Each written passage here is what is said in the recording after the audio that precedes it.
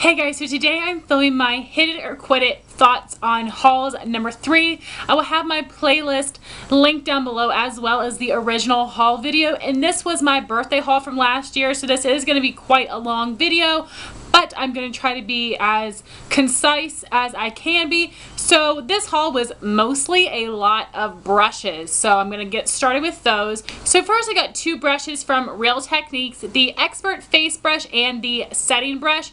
So the Expert Face Brush is my holy grail brush for foundation. I love the size.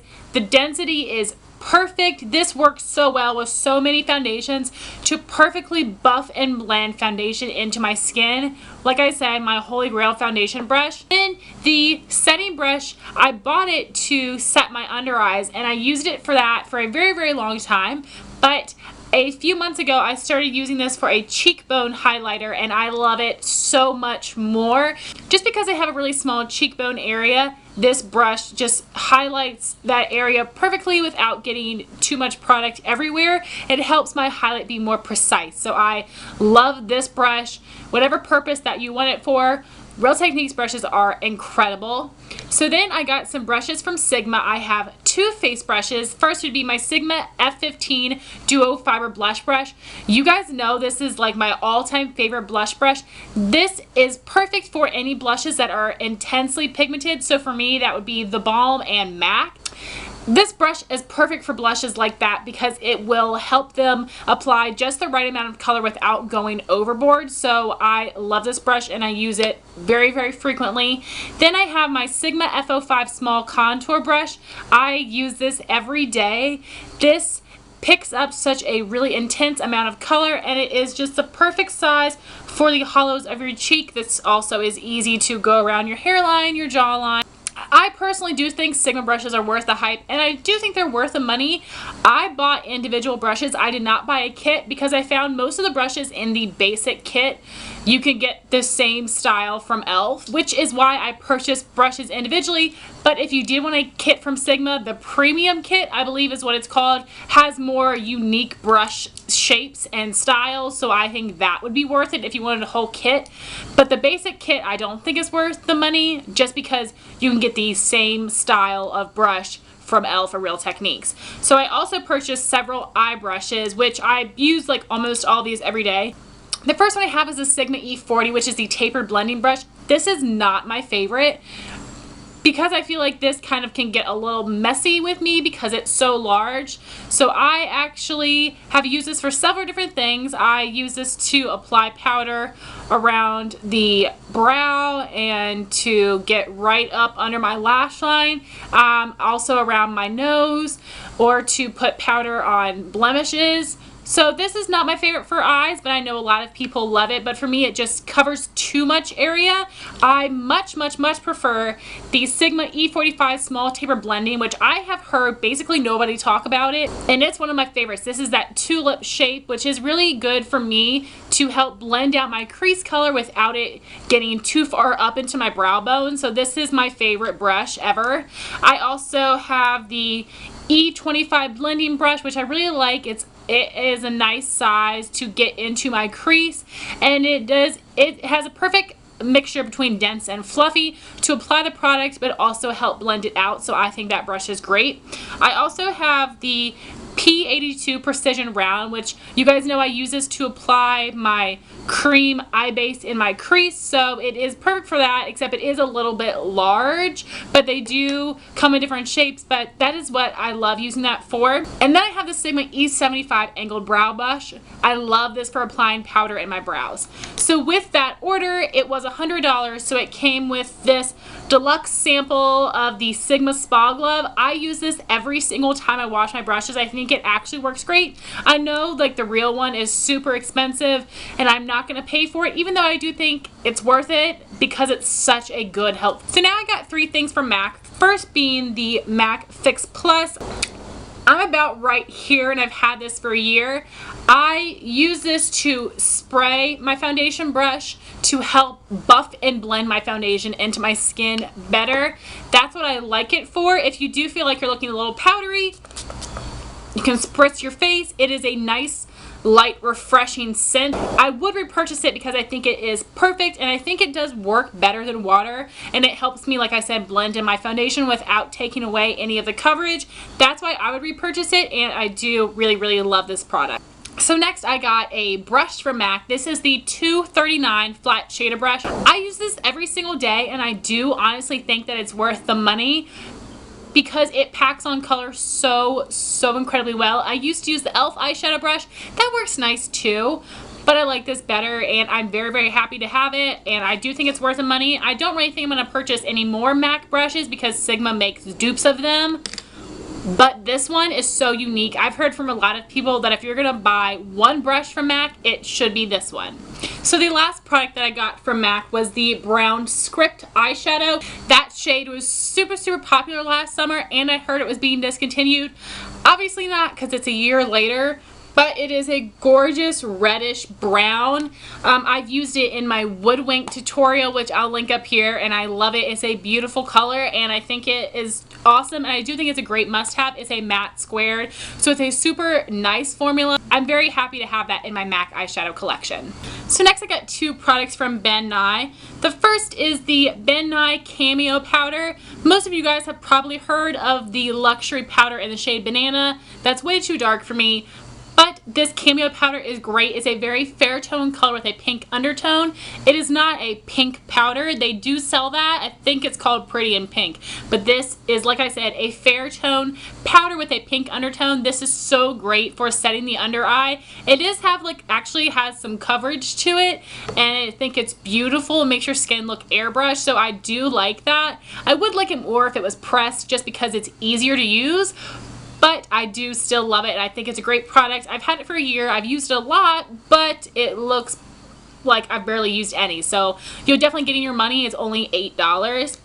Then I also got the Ben Nye Final Seal Makeup Setting Spray. I've had this for a year, and that's all that I've used. The sprayer on this bottle sucks. So I transferred this to my Urban Decay De-Slick bottle, which I'm so glad that I saved it. Because like I said, the sprayer sucks. Like, if you spray it on your face, it sprays in such a weird spurt that it will make spots on your face, and then those spots of makeup will stay there all day, but you look ridiculous. So you would need something with a more fine mist, and this has a peppermint scent, which is very strong. Once it's on your face, you don't really smell it, but it almost seems like you're spraying mouthwash on your face. I still don't know if I feel like setting sprays are worth it. I don't really know if this did much for me, honestly, so I can't tell you one way or another, so I'm sorry about that, but this is not a must-have for me. I know that apparently the Disney princesses at Disney World use this to keep their makeup on all day, but I just haven't noticed anything really intense from it, and like I said, the sprayer on the bottle is terrible. So next I have some drugstore things. I have the Maybelline Instant Age Rewind Concealer in the Brightener shade. This is my second tube of this, and I'm about halfway done. I think this is great, and I actually love the sponge, and it is apparently antimicrobial, so you don't have to worry about it having bacteria. I'm only using it on myself. I don't care. But the formula is so great. It's nice and light. I love this for highlighting the center of my face and under my eyes. This is a beautiful pink undertone color, so it works really well for me. And if you have a deeper skin, the neutralizer shade would work well for you, which is more yellowy. So I absolutely love that. Another thing I got was the Maybelline Color Tattoo Pigment and Improper Copper. No, I don't like it. I know some people, I mean, it's kind of pretty. It's not that good of a pigment. It's not that intense. It's super messy, and I just don't use it, and I don't even have it here to show you. I gave it away because I don't like it. And since they've come out, I've not heard a single person talk about them except for that first month that they were out, because I honestly think just because they're not good. So if you're looking for a pigment, try MAC or Makeup Geek. The Maybelline ones honestly are probably not worth your money or your time. Another thing I got was the Trim Eyebrow Shapers, which are the little razors.